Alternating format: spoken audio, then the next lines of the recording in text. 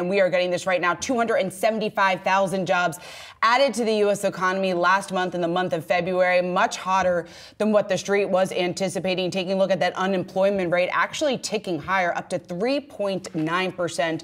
Average hourly earnings on a month-over-month basis coming in just below what the street had been forecasting, a rise of about a tenth of a percent. The year-over-year change in average hourly earnings coming in line with the street's expectation, 4.3%.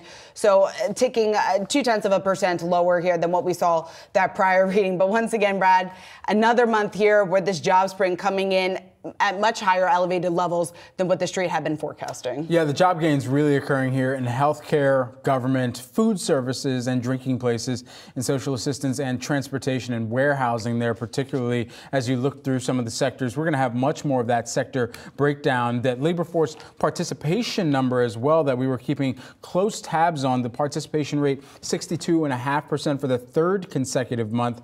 And then the employment to population ratio, a little changed at about 60.1% here. But I continue to think about the people not in the labor force who currently want a job, 5.7 million. That was little changed here. And that also came up in some of the speeches that we heard from Fed members over the course of this week. That is a critical area that they're going to continue to keep a close eye on, especially as they continue to monitor the incoming data indicating where inflation is moving sustainably towards that 2% goal, how much that ties back into the employment situation, and particularly where people are sensing in this market right now, the tightness of the labor market. That's where the Fed has been really keying in on this tightness of the labor market and looking specifically at that labor force participation rate as such. Yeah, and it's also important to point out here the revision. So last month, we initially got the 353,000 headline number. That has been revised lower to 229,000. So that is worth pointing out. The average hourly earnings on a month-over-month basis was revised slightly lower to an increase of 0.5%.